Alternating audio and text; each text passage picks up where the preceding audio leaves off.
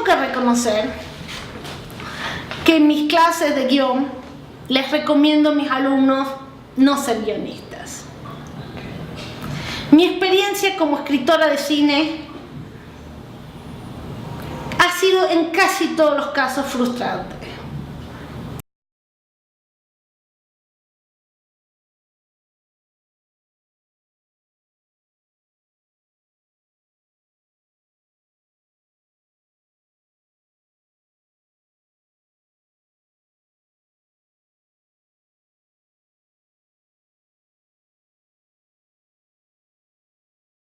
Cuando yo tenía 17 años, que ya nos mudamos a vivir, ya estábamos viviendo en Córdoba, ya no era este pueblo chiquito.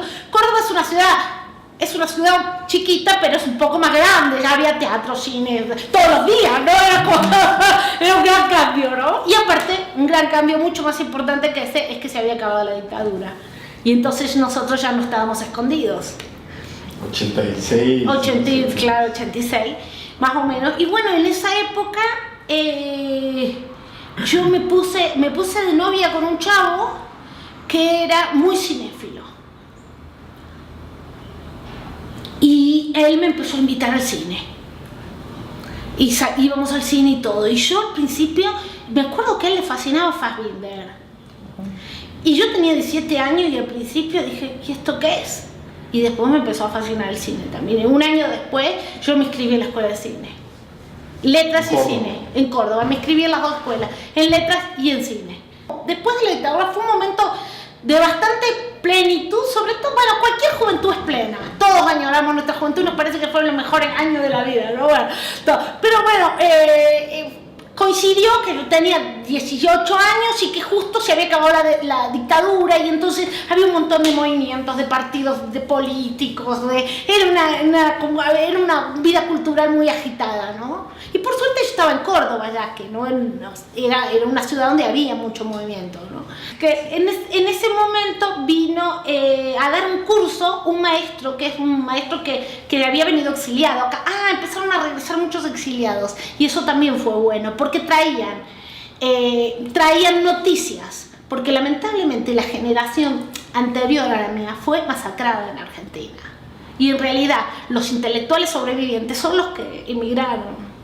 Entonces algunos de ellos empezaron a regresar. Y entonces teníamos contacto no solo con lo que había sido el movimiento, las nuevas generaciones, sino también con otros países, ¿no? Y entonces llegó a dar clases de guión un maestro que se llama Sergio Schmuckler. Se empezó a dar clases y entonces yo tomé un curso con él y para mí fue así muy impresionante porque era eso, era no solo que es muy buen maestro y hasta el día de hoy, yo digo que maestros hay algunos en la vida, él es mi maestro y me enseñó muchas cosas en ese momento muy importantes, sino también tenía otro horizonte. Venía de México, conocía otro mundo, conocía otras personas. Desde que tengo memoria escribo y leo y pintaba de niña, ahorita ya no pinto, pero pintaba de niña. Para mí escribir y pintar era lo que se hace en la vida, entonces yo ni siquiera nunca lo decidí.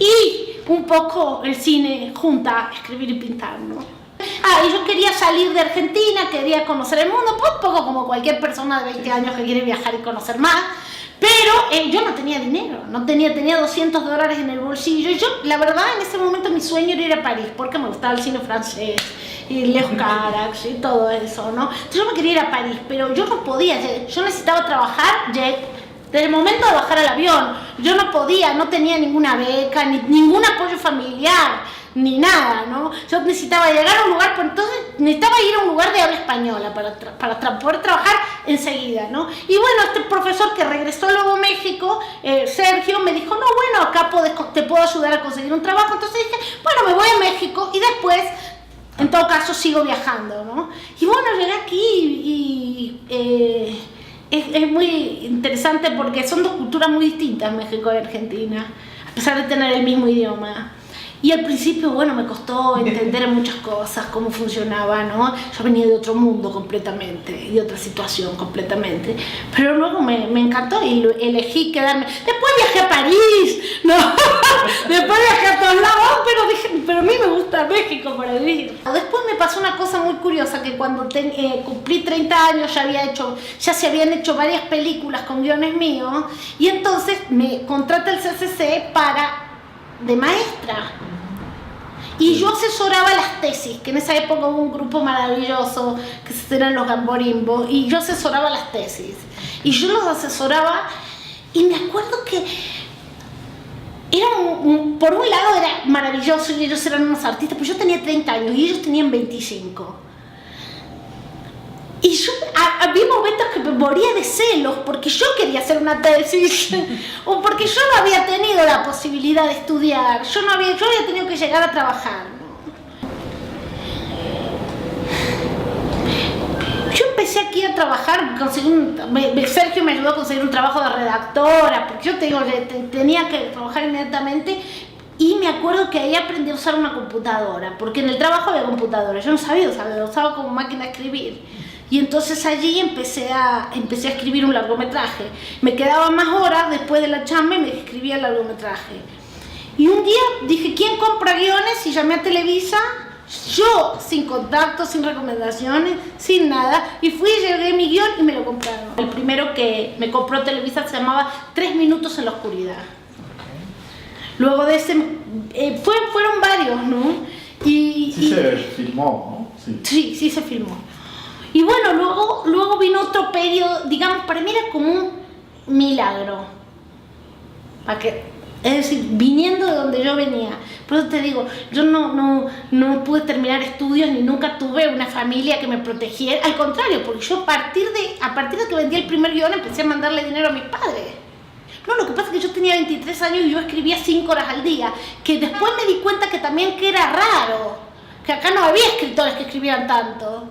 De hecho había dirigido 2 largometrajes en VHS en Córdoba antes, y también escribía mucho cuento. Entonces yo tenía mucho trabajo de escritora, pero luego me costaba acostumbrarme a escribir o sea, cosas también entonces escribí ese proyecto, me lo compraron, y para mí era como un milagro, porque que me pagaran por escribir, eso solo era un milagro. Y un sueño que mis padres nunca habían logrado. Y bueno, a partir de ese momento empezó un periodo que para mí, en mi fantasía, era muy glorioso, porque según yo estaba logrando lo que mi familia, lo que mis padres artistas nunca habían logrado, que era vivir, que era ganar dinero, poder mandar, poder viajar, tampoco mucho, dinero para comprarme un sándwich, pero en vez de pagarlo trabajando como cajera de un supermercado, que yo pudiera pagarlo con mi trabajo artístico, era un milagro para mí, un milagro. Pero esta percepción que tuve yo de eso me hizo no ubicarme en otras cosas. Y empezó lo que para mí fue un periodo que fue muy duro, que fueron mi vida de guionista.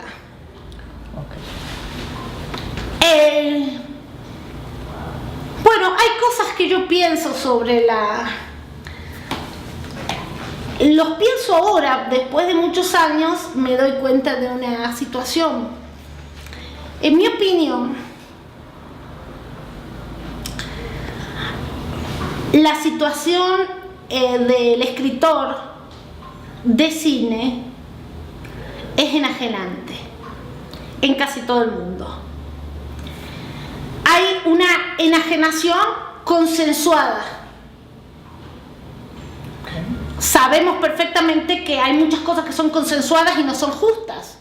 Nos acostumbramos a verlas como normales, pero no son justas. La autoría en el cine está desplazada. Me profundizo. Esta es una conclusión que saqué ahora. Y no ahora, me refiero a hace unos pocos años, empecé a darme cuenta, a profundizar y a investigar en teoría literaria. Pero esto que digo parte de mis investigaciones y de mi experiencia. Y no solo de mi experiencia como escritora, sino de mi experiencia como docente.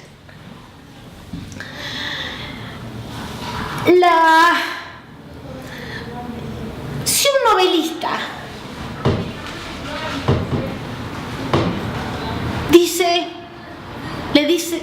le dice a alguien más, oye, escríbeme la novela, pero yo la firmo.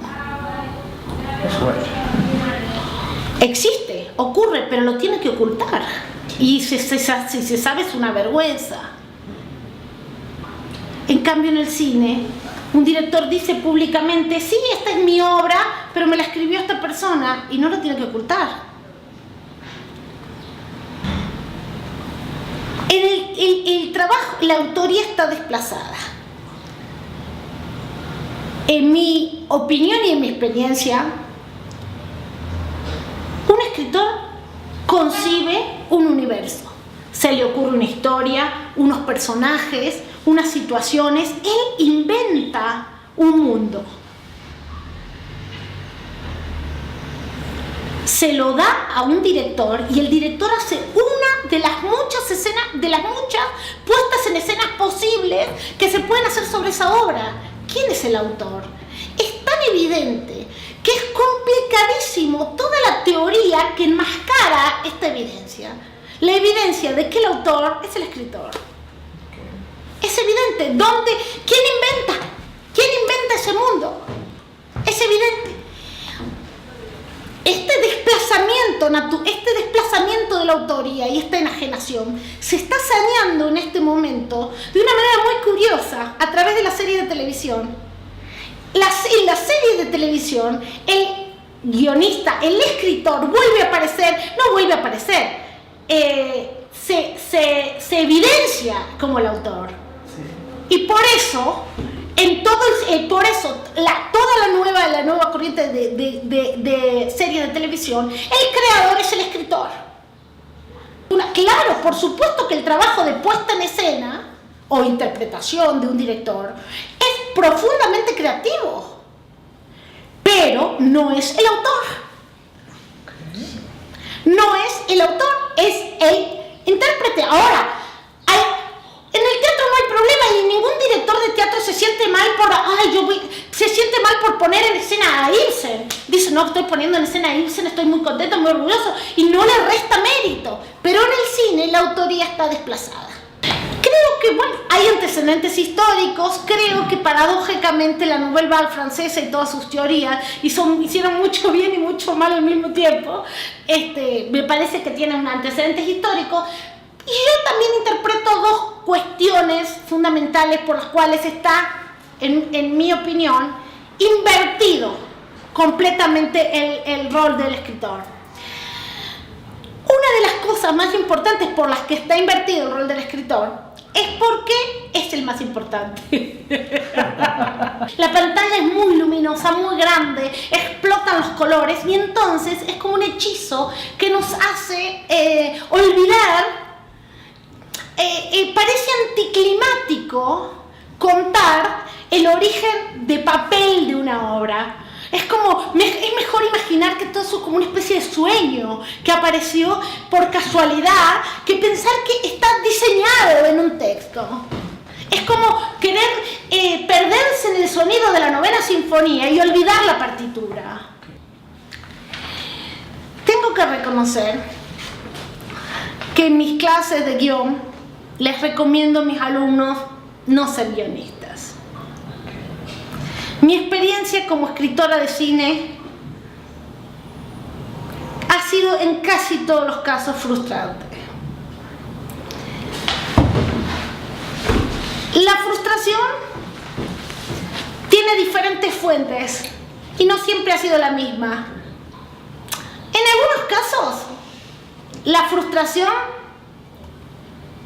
es por la reescritura, porque como el texto para cine, al que se suele llamar guión, yo ya no lo llamo guión, el texto, la obra dramática para cine, no es respetada como obra terminada, sino que es tomada como un borrador al que se le pueden hacer cualquier cambio. Entonces muchas veces yo entregué una obra la cual fue muy modificada. Y entonces el resultado no me identifico con él. En otros casos, la frustración es porque, bueno, no coincido con la interpretación del director. La frustración cuando no coincido con la interpretación del director es más legítima porque creo que un director tiene derecho a interpretar lo que él quiera. En ese caso, puede no gustarme esa puesta en escena, pero no importa. Es más duro cuando el texto cuando hay una irrupción en la obra. Es mancillado.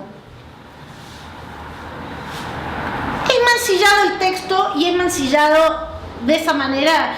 De alguna manera, el problema es que se considera que la obra es la película y que el texto para cine es una especie de apunte o borrador para filmar. Entonces, claro, un borrador cualquiera le puede meter mano. Yo estoy convencida que el texto para cine, que se suele llamar guión, es una obra literaria terminada. Luego hay otras frustraciones múltiples que asedian al escritor. Una de ellas es la manera en que se promociona la película. Por ejemplo, se promociona la película, uno concibió un mundo, ¿no? Creó un personaje que muchas veces, bueno, por lo menos encima yo trabajo mucho con mis recuerdos. Entonces yo hago una obra donde muchas veces, no sé, trabajo un personaje en torno a mi abuela, ¿no? O trabajo un personaje en torno a mi padre. O también las obras se relacionan unas con otras. A lo mejor escribo un guión basándome en un cuento que escribí a los 15 años. Pero está todo relacionado, es mi mundo. Yo lo escribo. Un director lo pone en escena, filma, pero en general luego lo interrogan a él, pero no como el intérprete, lo interrogan como el autor. Y él responde como si fuera el autor. Dice, sí, yo creé este personaje, pero está hablando de mi padre. La sensación de despojo. A mí me han pasado cosas, no quiero dar detalles, pero me han pasado cosas de que alguien cuente un recuerdo mío como si fuera algo que le pasó a él. Es la sensación de enajenación y despojo es terrible y no se la recomiendo a nadie. Y es muy mala para un artista. ¿Por qué? Porque la obra de un artista está enlazada. Yo a veces escribo algo hoy, tengo 45 años, y es la continuación de algo que se me ocurrió a los 15. O se me ocurre la solución para un guión, pero la estoy tomando de un cuento. Cuando uno es un escritor compulsivo, toda la obra está relacionada. Entonces, cuando alguien, entre comillas, se roba una idea, no es solo una idea lo que se está robando. Se está robando todo un andamiaje creativo de un artista. Puedo cobrar bien, puedo divertirme con el dinero, puedo ir a la alfombra roja y tomar champán, pero no se me reconoce mi lugar de autora. Y no solo en mi caso, sino en este momento histórico al escritor no se le da su lugar de autor. Y mientras esto sea así, no le recomiendo a ningún escritor participar escribiendo cine, porque a la larga esto menoscaba profundamente su identidad artística. Por eso, todo lo que yo al principio experimenté como un éxito profesional, que fue conseguir revertir el destino de mis padres y poder yo sí vivir de escribir, pero al mismo tiempo implicó un sometimiento de toda mi creatividad que solamente pude recuperarme con mucha terapia y que aún no estoy recuperada, ¿no? Yo creo que el problema es mucho más profundo. Okay. Creo que sí, que me parecería bien que se les pague más a los guionistas, por supuesto. Pero no es lo más importante. Yo puedo donar mis honorarios en alguna ocasión sin problema, pero lo que es perverso es el rol del escritor en la industria.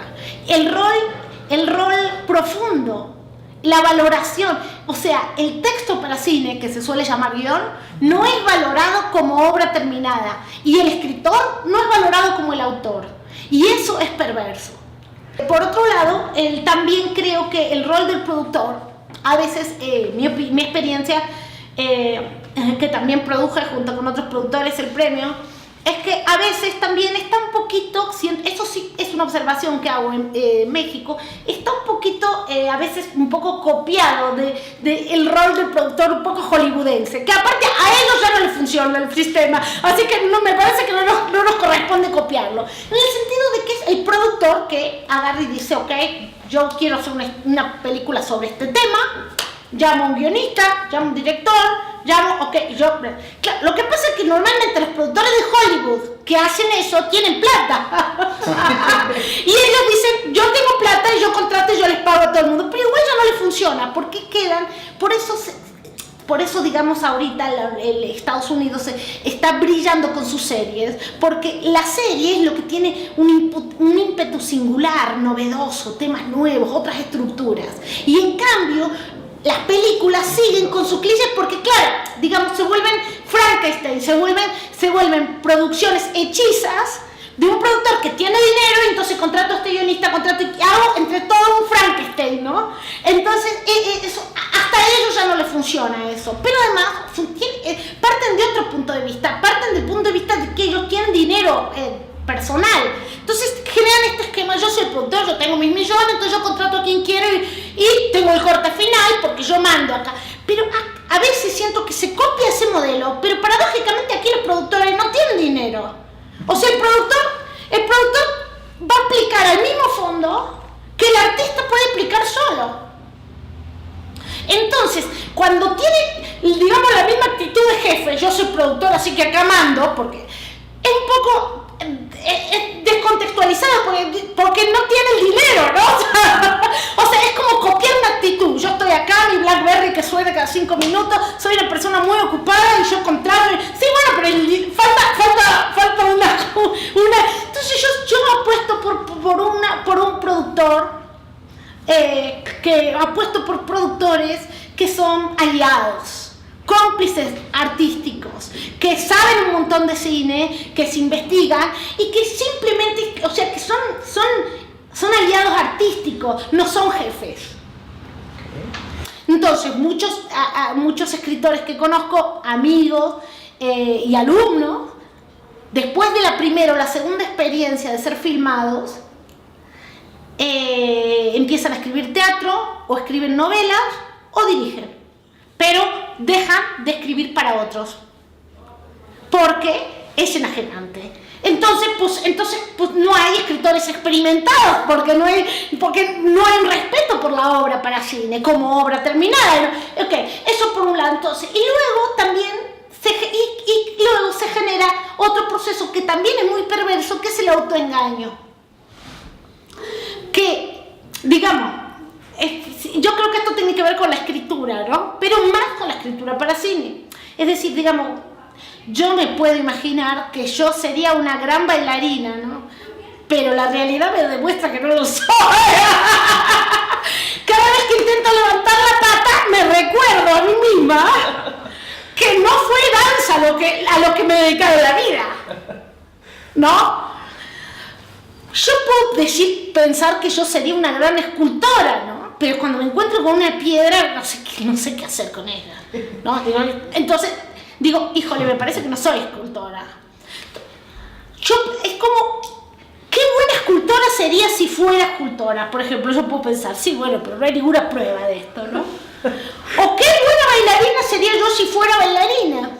En cambio, en la escritura se le permite a muchas personas autoengañarse. Es decir, muchos dicen, qué buen escritor sería yo si escribiera.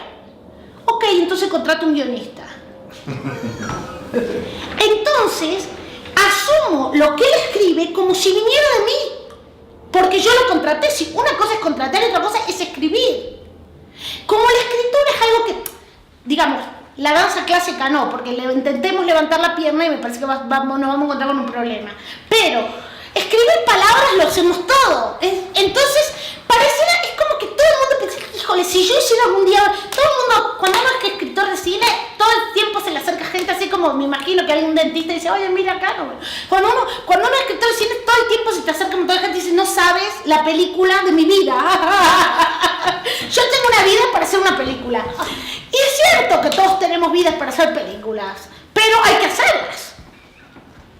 Sí, y escribir dramaturgia es muy difícil, aunque el gesto sea muy parecido, uno agarra y pone palabras como cuando manda mails, pero escribir dramaturgia es una actividad que requiere muchos años, mucho esfuerzo, mucha lectura, mucha investigación, es una actividad, ¿no? Lo que pasa es que parece más fácil que levantar la pata, ¿no? Entonces permite esta cosa de la permite una cosa que es la apropiación consensuada. ¿Qué significa consensuada? Que nadie viene y te roba tu obra, nadie viene y agarra, el plagio se produce con tu consentimiento, nadie agarra tu texto y lo firma él, te lo roba, no, te dice, te encargan un guión, y eso paradójicamente tiene algo de autoengaño, en el sentido de que el encargante se siente autor de algo que no escribe.